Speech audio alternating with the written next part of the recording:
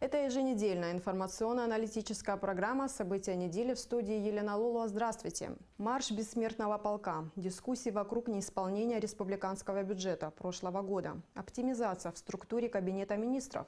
Ну и впервые пожизненное лишение свободы, вынесенное распространителю наркотиков. Все это произошло на этой неделе. Это то, что активно обсуждали в нашем обществе, делали выводы и строили прогнозы. На этих событиях мы решили сфокусировать свое внимание. 9 мая для Абхазии, как и для многих стран постсоветского пространства, день особенный. День Победы в Великой Отечественной войне. Жители Абхазии тоже приближали как могли. Из более чем 55 тысяч воевавших сыновей и дочерей Абхазии 17,5 тысяч человек не вернулись домой.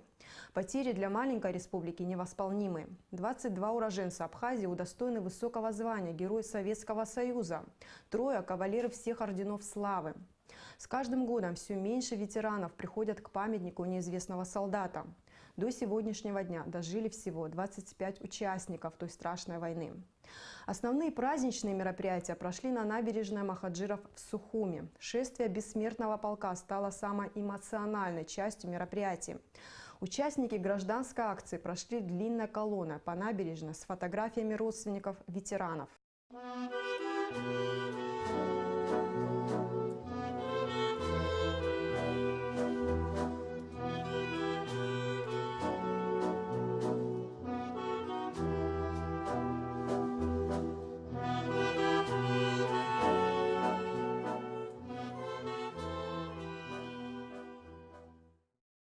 Почему парламент Абхазии не принял отчет об исполнении республиканского бюджета 2017 года?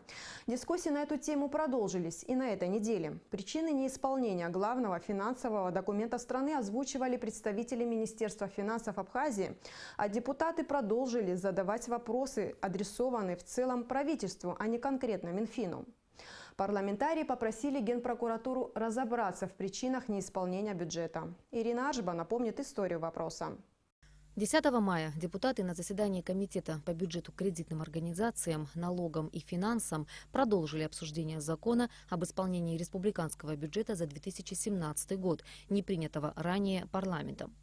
За 2 дня до этого экс-министр финансов Дмитрий Сериков, министр финансов Джансух Нанба и заместитель министра Ирма Амичба провели брифинг, на котором рассказали о причинах неисполнения бюджета.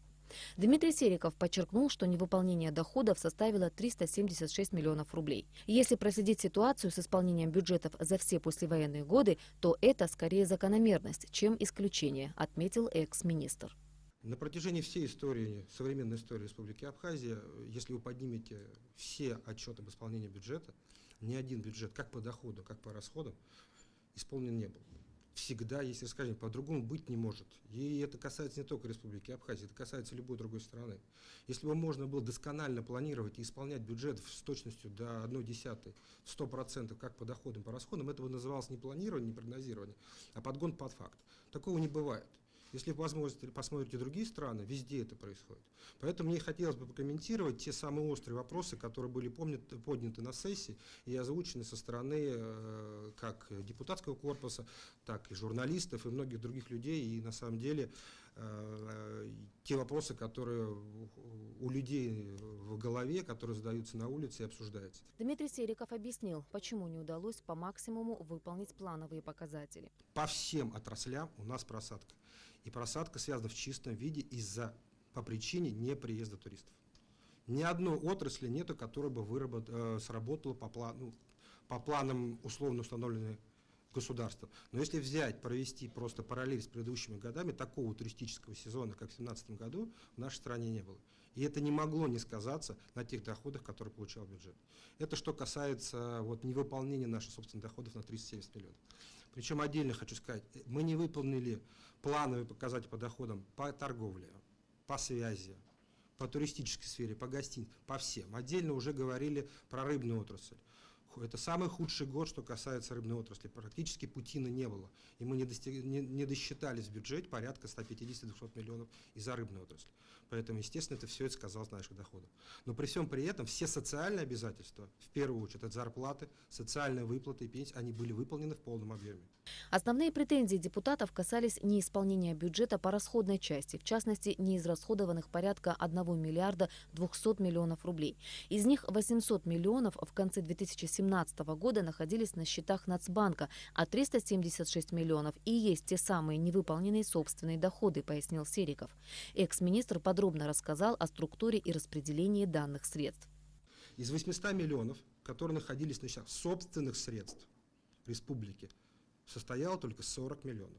760 миллионов – это целевые деньги, которые были переведены из Российской Федерации в Республику Абхазия, которые являются целевыми на конкретные цели, конкретные мероприятия. Поэтому Министерство финансов тратить их на другие цели не имеет права. Это будет нарушение бюджетного законодательства, которое характеризуется как нецелевое расходование средств. Что такое 800 миллионов, я хотел бы отдельно проговорить. 800 миллионов состоит из 545 миллионов на инвестпрограмму, 50 миллионов – это средства в рамках соглашения о социальном обеспечении медикаментами и препаратами, 86 миллионов – это финансирование организации строительства и обеспечения информационно-координационного центра, и 47 миллионов – это резервный фонд президента. На расширенном заседании Комитета по бюджету, кредитным организациям, налогам и финансам председатель комитета Наталья Смыр отметила, что вся информация, предоставленная Министерством финансов, достоверна, не вызывает вопросов и полностью отражает бюджетный процесс. При этом она пояснила, что у депутатов другое видение исполнения бюджета. Главный и основной вопрос парламентариев к исполнительной власти – почему в конце 2017 года бюджет был увеличен по доходам на 611 миллионов рублей и по расходам на 975 миллионов, если возможности его исполнить не было. 22 декабря 2017 года исполнительная власть вышла к нам с тем, чтобы мы увеличили как по доходам на 611 миллионов, так и по расходам на 975 миллионов. И на выходе нет кассового исполнения по обязательствам. Что такое неисполнение по обязательствам? Да? Но это же закон, правильно? Вообще, по логике вещей, мы должны были секвестировать бюджет. Если мы понимали, что мы не исполняем его на 1 200 000 000, мы должны были бюджет секвестировать. О том, что мы не исполняем бюджет, нам это было понятно по итогам за 9 месяцев. Главная задача контрольной палаты Абхазии – изучить бюджет по всем параметрам и представить информацию в парламент, что и было сделано, отметил на заседании председатель палаты Роберт Аршба. В процессе самого проведения данного мероприятия выясняются некоторые моменты, которые нашли свое отражение, о которых сказала и Наталья Викторовна, на что мы обратили внимание. Кстати, по некоторым из которых мы уже неоднократно в своих заключениях писали про них, но почему-то нету никакого реагирования на эти замечания. Возвращаясь к вопросу неосвоенных порядка 600 миллионов рублей финансовой помощи России, Наталья Смыр вновь подчеркнула, что эти средства были выделены Абхазии по настоянию абхазской стороны, без предоставления документации, и их, по ее мнению, можно было освоить в установленные сроки. На 15-м заседании было известно, что будет увеличение по инвестпрограмме. 8 июня. Понимаете, то есть, я хочу сказать, за полгода, куда потратить деньги, мы, наверное, бы сообразили бы. Я думаю, что это речь шла о сумме в 489 миллионов. А 150 миллионов стало ясным, что мы получим, я прошу прощения, Эдгар Нурбеевич, приблизительно где-то осенью, правильно? Осенью. То есть мы прекрасно знали, что мы получим 150 плюс 489. Таким образом, финальную точку в этом вопросе поставит Генеральная прокуратура, которая и определит, был ли нарушен закон. Как нам сообщили в Генеральной прокуратуре, постановление, принятое депутатами парламента, поступило к ним только в пятницу, и пока никаких комментариев по этому поводу надзорное ведомство не дает. Ирина Аршба, Алексей Агухава, Роберт Ломия для событий недели. Доцент кафедры национальной экономики АГУ, заведующий отделом экономики Центра стратегических исследований при президенте Хатуна Шатыпа в интервью нашему телеканалу рассказала в частности о том, на что следует обращать внимание при планировании главного финансового документа страны.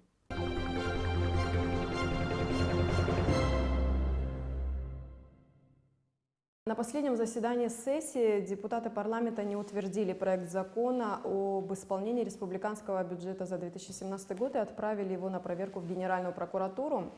Вы наверняка отслеживаете все бюджетные дискуссии, которые происходят в последнее время в обществе, и знаете доводы, с одной стороны, депутатов, с другой стороны, исполнительной власти. Простому гражданину, который далек от бюджетного процесса и сложно переварить эти цифры, которые идут потоком сейчас из СМИ, скажите, это системный сбой, либо это обычный рабочий процесс?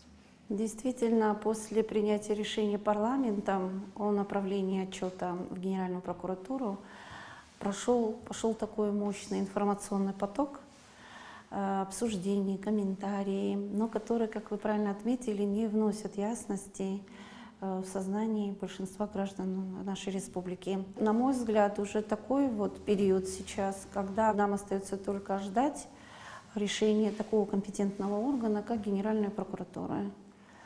Но для экономистов, так как мы в первую очередь, эта тема тоже более так относится к экономистам, финансистам, требует более профессионального обсуждения, для нас первично не сам отчет об исполнении, а для нас первично вообще формирование самого бюджета и, в частности, расходной ее части.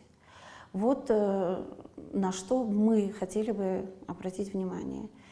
И отдел наш как раз работает, мы регулярно проводим аналитические отчеты о состоянии экономики в целом, потому что бюджет, он должен решать и должен ориентирован, у бюджета должна быть целевая какая-то установка, то есть исполнение ее, что дает обществу, экономике и так далее. К сожалению, пока этот отсутствует подход при формировании, потому что у нас нет еще разработанных, утвержденных среднесрочных программ. И это одна из тех системных проблем или сбоев, о котором вы говорили в самом начале. На что при формировании госбюджета нужно обращать внимание, что не так вообще с самого начала? Значит, анализ этой развернутой структуры, что нам показывает? Бюджет, республиканский бюджет 2018 года, который уже утвержден. Значит, на долю общегосударственных расходов приходится 21% от общей суммы всех расходов. Чтобы мы понимали, о чем речь идет, внутри этого раздела это финансирование парламента, правительства, международные какие-то обязательства, обслуживание внешнего долга. На все это, как я и сказала, уходит 21%. Для сравнения, в России где-то около 7%. Да, то есть ощутимо. Более того, я хотела бы еще просуммировать эту статью расходов общегосударственные, допустим, если к ним прибавить национальную безопасность и правоохранительную деятельность, то мы вместе получим 37% от бюджета идет, условно скажем, на содержание государственных структур. А еще более интересно, не то что интересно, еще более серьезные у нас цифры, если сравнивать с собственным доходом бюджета. 2 миллиарда 800 миллионов уходит на содержание этих структур, плюс МВД, СГБ, прокуратура, судебные, таможенные. А собственные доходы в этом республиканском бюджете утверждены на 3 миллиарда 100 миллионов. То есть получается 90% на эти два раздела. Что остается на развитие? Остается скажем, 10% это как раз на оборону. То есть, это если бы не было финансовой помощи из России, как можно это трактовать, то есть насчет собственных доходов мы могли бы только содержать и занимались бы содержанием только самого аппарата вот этой государственной машины. Вот какие системные сбои. Но это, конечно, не сегодня, не в 2018 году только такой бюджет. Он у нас идет по инерции и давно, к сожалению, и вот именно по такой схеме. И нельзя сказать, что наши структуры об этом не осведомлены. То есть результаты наших анализов мы публикуем, мы из этого не делаем никаких тайн, мы их обсуждаем очень широко с представителями Министерства экономики, Министерства финансов, администрации президента, Национального банка, с депутатами. То есть, но, к сожалению, они все, получается, знают, все мы знаем, но, к сожалению, от нас не зависит.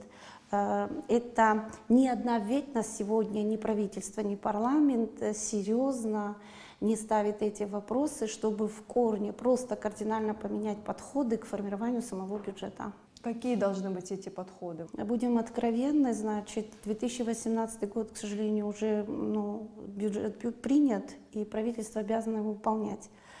А вот нам кажется, еще можно 2-3 месяца есть, чтобы очень серьезно подготовиться к формированию бюджета, уже и все силы бросить на 2019 год. Вот. А что конкретно нужно делать? Опять, смотря какую цель будет ставить правительство. Надо обязательно учитывать сложную ситуацию в целом, какую мы имеем в экономике. Мы это трактуем как кризисное.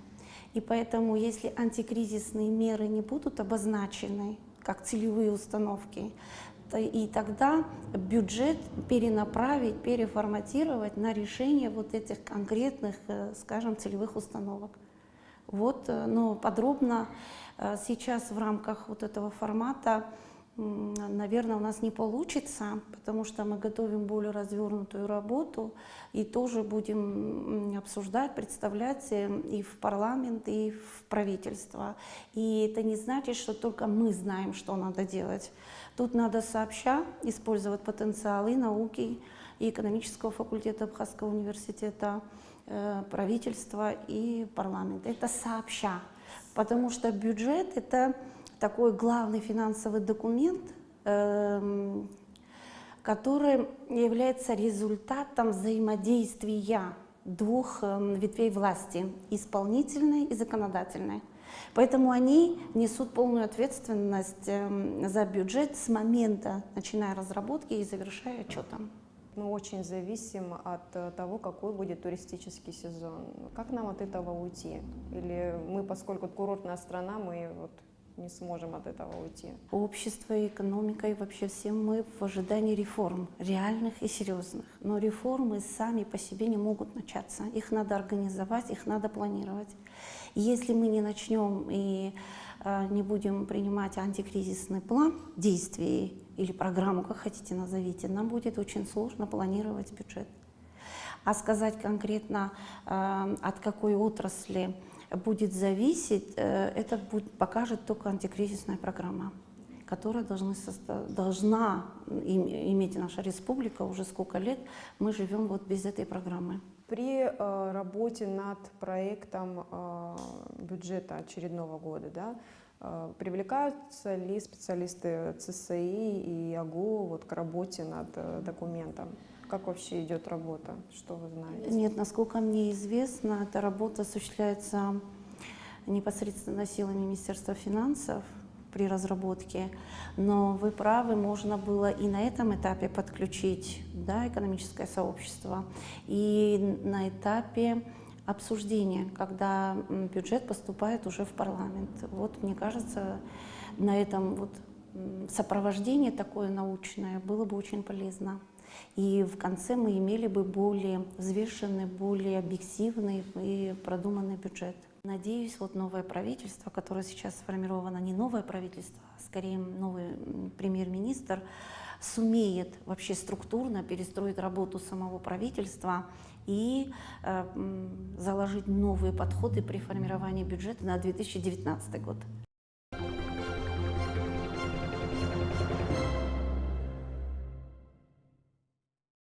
Сухумским городским судом назначена высшая мера наказания – завоз и распространение наркотиков в Абхазию. Пожизненное заключение получил гражданин России Ильдар Мамедов, признанный виновным в незаконном ввозе в нашу страну наркотических средств метадон. По данному делу к разным срокам были приговорены еще двое – гражданин России Дмитрий Нестереня и Кемал Османов. Признат виновным Мамедова Ильдара Вахидовича, 9 августа 1982 года рождения, в совершении преступлений, предусмотренных пунктом В части 3 статьи 224 и пунктом Б части 3 статьи 224 прим. 1 Уголовного кодекса Республики Абхазия и назначить наказание. По пункту В части 3 статьи 224 Уголовного кодекса в виде лишения свободы на срок 15 лет в исправительной колонии строгого режима со штрафом в размере 300 тысяч рублей. По пункту Б части 3 статьи 224 прим. 1 Уголовного кодекса Республики Абхазия в виде пожизненного лишения свободы в исправительной колонии строгого режима. В соответствии с частью 3 статьи 63 Уголовного кодекса по совокупности преступлений путем полного сложения назначенных наказаний окончательно назначить Мамедову наказание в виде пожизненного лишения свободы в исправительной колонии строгого режима со штрафом в размере 300 тысяч рублей. Признать виновным Нестереня Дмитрия Леонидовича, 29 ноября 1982 года рождения, в совершении преступлений, предусмотренных пунктом В части 3 статьи 224 и пунктом Б части 3 статьи 224 прим. 1 Уголовного кодекса Республики Абхазия и назначить наказание. По пункту В части 3 статьи 224 Уголовного кодекса в виде лишения свободы на срок 14 лет в исправительной колонии строгого режима со штрафом в размере 250 тысяч рублей. По пункту Б части 3 статьи 224 прим. 1 Уголовного кодекса в виде лишения свободы на срок 14 лет в исправительной колонии строгого режима со штрафом в размере 300 тысяч рублей. В соответствии с частью 3 статьи 63 Уголовного кодекса по совокупности преступлений путем частичного сложения назначенных наказаний окончательно назначить Нестереня наказание в виде лишения свободы на срок 18 лет в исправительной колонии строгого режима со штрафом в размере 350 тысяч рублей. Признать виновным Османова Кемала Актемовича, 3 мая 1981 года рождения, в совершении преступления, предусмотренного пунктом В части 3 статьи 224 Уголовного кодекса и назначить наказание в виде лишения свободы на срок 15 лет в исправительной колонии строгого режима со штрафом в размере 300 тысяч рублей. Столь суровый приговор в Абхазии в отношении распространителя наркотиков был принят впервые. Между тем в обществе говорят о необходимости системной борьбы с распространением наркотиков. Конечно, это все положительно воспринято, учитывая тот уровень проблемы с наркоманией, которая у нас существует. И сейчас вот это такая может быть мера, которая охладит пыл этих наркоторговцев. И единственное, что, конечно же, то есть у меня такое как бы предположение, что если бы это были, наверное, граждане Абхазии, этнические абхазы, наверное, такого сурового приговора не было бы. И мне кажется, вот в этом плане приговор он в некотором роде может быть избирателен. А что дает вам основание это говорить? Ну, основание то, что вы помните до этого какие-то серьезные приговоры в этой сфере? Я не помню. Я знаю, кого-то все-таки наказывали, но потом я видел этих людей, опять же, чем-то занимались. Я знаю людей, которые там, в общем-то, этим бизнесом занимаются, но почему-то они как-то особо не скрываются. Поэтому у меня какие-то большие сомнения. Это вот, наверное, такой единичный факт, но это не становится системой. Если таких приговоров будет не один, не два, а десятки, вот тогда можно сказать, что у нас началась системная борьба с наркоторговлей. Если правоохранительная система сработает так, чтобы все-таки на скамье подсудимых окажутся люди, которые, в общем-то, крышуют этот бизнес в Абхазии, хотя бы одного крышевателя, тогда, наверное, уже эта система начнет рассыпаться, по крайней мере, в ней появятся какие-то дыры. И, может быть, общество хоть немного вздохнет от этой существующей проблемы. С другой стороны, я понимаю отчетливо, что, в общем-то, несмотря на то, что да, вот покарали наркоторговцев, в общем-то, они просто обычные стрелочники. Люди, которые закладками занимаются, но, в общем-то, не контролируют этот бизнес. Это вот такие рядовые бойцы, которые, в общем-то, попались.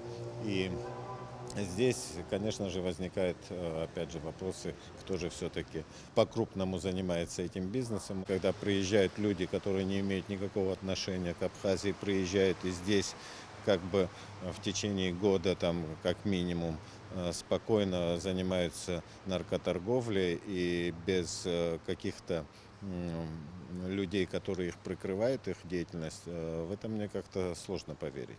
Я там не следователь, да, то есть я специально никогда не занимался там вот именно вот планомерно проблемами наркомании, как они завозятся, кто завозит и так далее. Но очень многие люди знают имена, которые там где-то что-то кого-то прикрывают, где-то даже кто-то завозит. В общем-то, мне, человеку, который не наркоман и в общем-то, вплотную не занимается этой проблемой, если мне известно, то, думаю, наверняка и этим людям тоже известно. Не обязательно людей, которые крышуют этот бизнес, там, ловить на фактах, да. Наверное, просто нужно избавиться от этих людей, а не сидеть и ждать, когда он поймается на факте. Я думаю, у нас по большому счету никогда планомерной борьбы с наркоторговлей не велось, к сожалению. И все, что мы видим, это вот может быть какие-то вот... Для нас это такая сейчас неожиданность, вдруг там приговорили суровый какой-то переговор там наркоторговцам. Но у нас как бы эта болезнь, она всегда существовала, но каких-то особых сдвигов в этом не было. И я, наверное, как бы поверю в то, что закон будет работать и борьба с наркоманией будет идти более интенсивно, если уже на скамье подсудимых окажутся не только закладчики иного гражданства, не абхазского, но и абхазские граждане. На этой неделе указом президента на Министерство экономики Абхазии возложено руководить 9 государственными ведомствами. Минэкономики будет отвечать за работу, в частности, Госкомитета по стандартам, Госкомитета по управлению госимуществом и приватизации, Госуправлением лесного хозяйства. Какие еще ведомства войдут в структуру Министерства экономики и в чем, собственно, смысл реорганизации, в интервью нашей программе рассказал министр экономики Адгур Ардзимба. Указом президента на Министерство экономики возложено руководить 9 ведомствами. Я не буду перечислять эти ведомства, я думаю, вы сами их перечислите. Вот в чем суть вот этой реорганизации? Это что? Это сокращение чиновничьего аппарата будет? Это оптимизация? Вот расскажите смысл вот этой реорганизации. Да, действительно, подписан соответствующий акт президента. И это направлено на реализацию той политики, которая и в послании президента была озвучена, эта информация. И до этого президент много раз об этом говорил, о том, чтобы необходимо оптимизировать государственный аппарат, систему государственного управления. В этой связи было принято решение вот таким образом. Значит, передать под общее руководство Министерства экономики 9 государственных органов. Это Государственный комитет по приватизации имуществу, это Управление государственной статистики, это, значит, Управление по связи, Служба государственного надзора в области связи, лесное хозяйство, значит, транспортное управление и так далее. То есть это, ну и госстандарт. Вот. Это связано с тем, что Министерство экономики — это уполномоченный орган Центрального управления в части экономической политики. И сейчас в Министерстве экономики появляется возможность не косвенно, а прямо уже влиять на работу вот этих направлений. Это в первую очередь связь, транспорт. Что касается госстандарта, и здесь тоже есть определенные проблемы в части соприкосновения с предпринимателями, представителей госстандарта. О них пока конкретно говорить я не буду. Мы сейчас очень плотно занимаемся изучением работы. Позже мы уже будем определенно делать выводы. Конечно, это шаги по оптимизации работы. То есть, когда за конкретное направление, вот спектр направления отвечает, персональную ответственность несет министр, в частности, министр экономики. Это такой правильный подход. Это вот наш премьер-министр в своем интервью об этом говорил тоже, что необходимо систему выстраивать таким образом, чтобы было понятно, кто за что отвечает, и, соответственно, если он за это отвечает, он должен иметь соответствующие полномочия. То есть, по сути, Министерство экономики в обществе воспринимается как орган, который отвечает за развитие всей экономики. К нам обоснованно предъявляются такие претензии. Но, по сути, те люди, кто знает, понимает всю эту работу, а Геннадий Леонидович человек опытный, он знает все это хорошо, они понимают, что в Министерстве экономики нет соответствующих рычагов воздействия. Сейчас они, вот что касается связи, транспорта, они появились. И вот что касается других направлений. Там очень много проблем. Проблемы есть везде, и в Министерстве экономики, безусловно, у нас у самих есть проблемы. Ну и в тех органах, о которых мы говорим, проблем очень много. Объем работы у вас повышается, у вашего министерства. У вас есть ресурсы человеческие, да, чтобы заниматься вот таким огромным объемом работы? Задача, если стоит, ее надо выполнять. Если ты с этой задачей не можешь справиться или не считаешь, что она тебе под силу, надо просто набраться смелости и сказать, что это сделать я не могу. По поводу ресурсов, конечно, у нас есть определенный недостаток. У нас в Министерстве экономики работает всего 37 человек.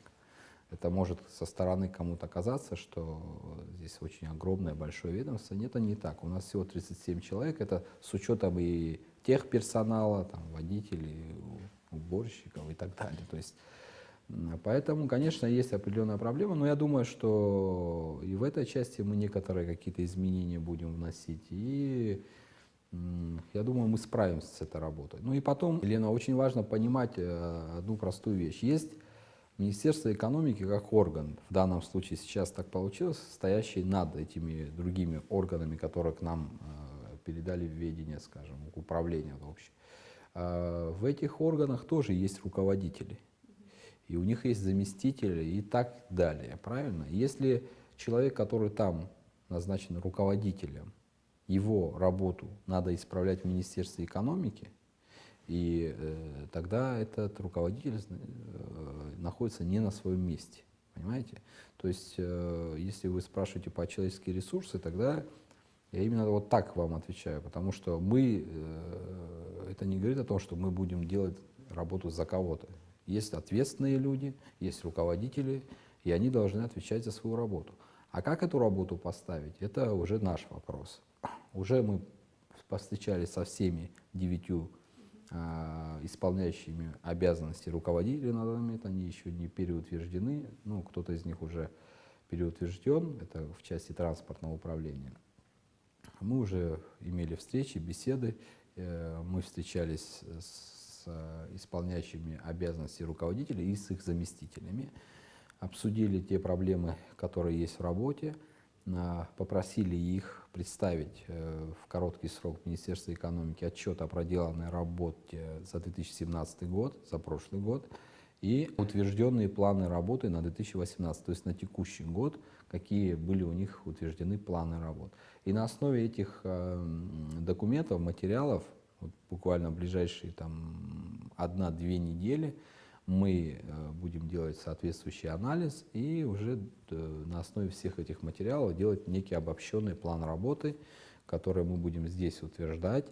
И это будет некий такой KPI для этих руководителей, которые будут обязаны следовать этому плану, и в эти сроки, которые там указаны, они будут обязаны это выполнять. Что касается оптимизации, да, это предусматривает и сокращение аппарата чиновничьего вот в этих ведомствах? Ну, слово оптимизация у нас, кстати, в народе неправильно толкуется иногда. Оптимизация — это не только сокращение, и вообще и бывает и не сокращение тоже. Поэтому оптимизация — это изменение структуры работы для увеличения эффективности. Главная же цель какая?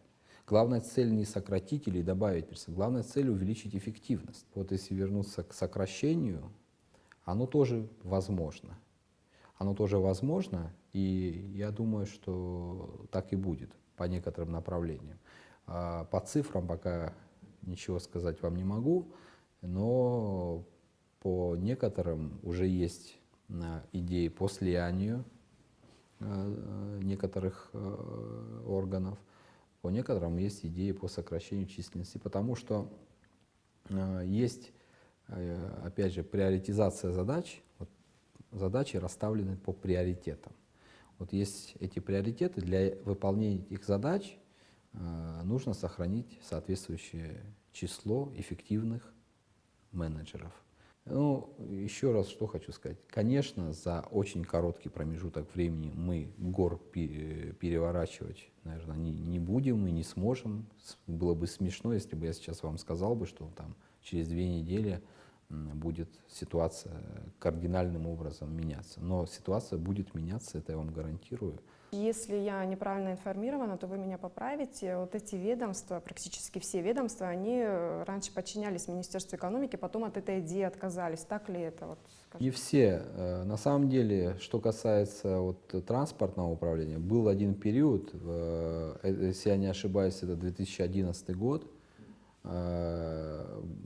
было нечто похожее то, что сделано сейчас, и это именно по транспорту.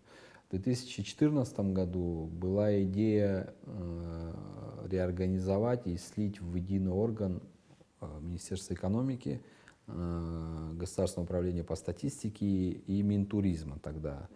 Тогда это был комитет по туризму, его включили в состав министерства, а потом вывели в качестве министерства. Но это было тоже в 2014 году, очень короткий промежуток времени. Мне сейчас тяжело комментировать, почему были приняты решения такие, и потом почему было, значит, обратно все это переделано. Но мы считаем, что это правильно. Вот сегодняшнее решение, оно правильное, и мы поддерживаем и рады, что у Министерства экономики появляются вот такие возможности уже влиять реально на эту ситуацию.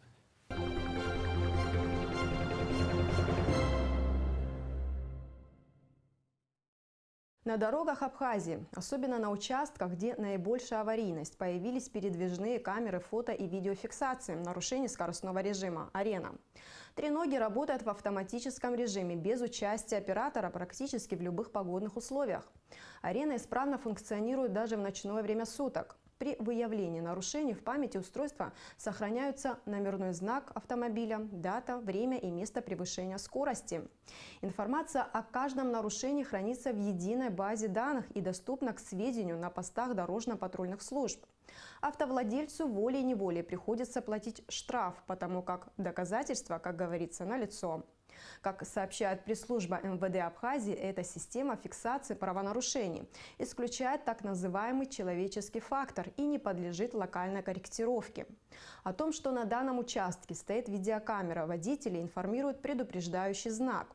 А на сайте МВД введен онлайн-сервис, благодаря которому можно будет проверить, есть ли у вас неуплаченные штрафы. Для этого достаточно ввести регистрационный номер автомобиля и номер свидетельства о регистрации автотранспортного средства.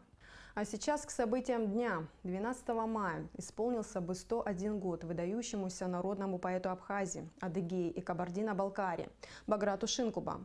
Он также известен как лингвист, историк, общественный деятель. Наиболее ярким произведением Баграта Шинкуба стал исторический роман «Последний из ушедших», который повествует о трагической судьбе убыхов, вынужденных покинуть свою родину во время русско-кавказской войны. В этот день руководство республики и общественность возложили цветы к памятнику поэта на набережной Махаджиров. Все подробности у Алики Трапш. Произведения выдающегося абхазского поэта, прозаика Баграта Шинкуба оказали огромное влияние на развитие национальной литературы Абхазии. Именно с его именем связано появление нового жанра в абхазской литературе – романов в стихах. Народный поэт Баграт Шинкуба был великим мастером слова. Его произведения, написанные высокохудожественным языком, отличаются необычайной глубиной мысли.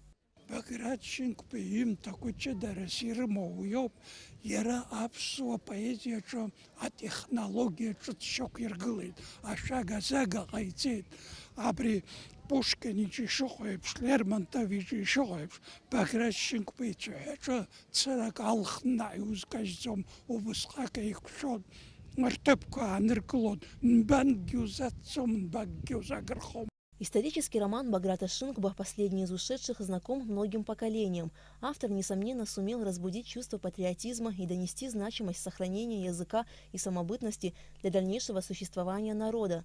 История исчезновения убыхского народа в романе переведена на многие языки мира. «Последний из ушедших» принес большую известность его автору. Очевидно, роман станет настольной книгой еще не одного поколения. Баграт Васильевич Шинкуба, конечно же, после Дмитрия Иосифовича Гуля, он заложил новое направление в абхазской прозе, в абхазской поэзии. И это все получило большое развитие. Баграт Шынкба известен и как историк, лингвист, исследователь абхазо-адыгских языков и истории абхазо-адыгских народов.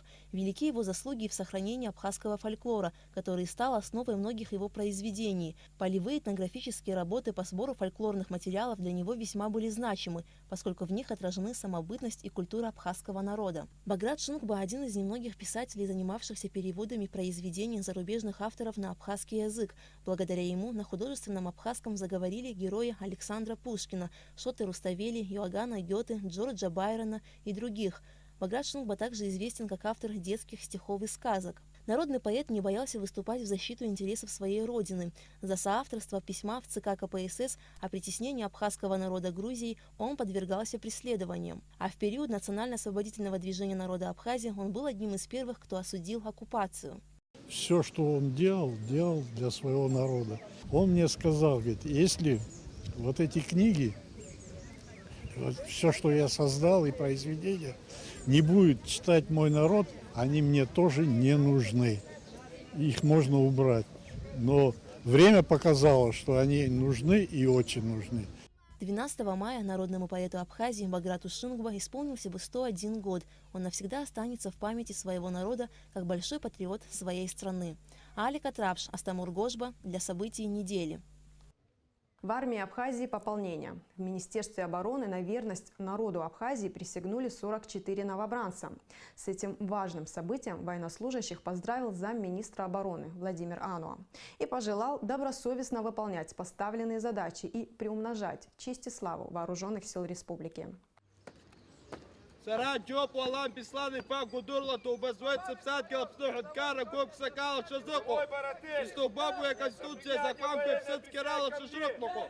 Кахве пахве тишина сакджарат пхара куя арпаза чай хабачерат саква. Исто баб сурат валпши шукнагой шина сакджа.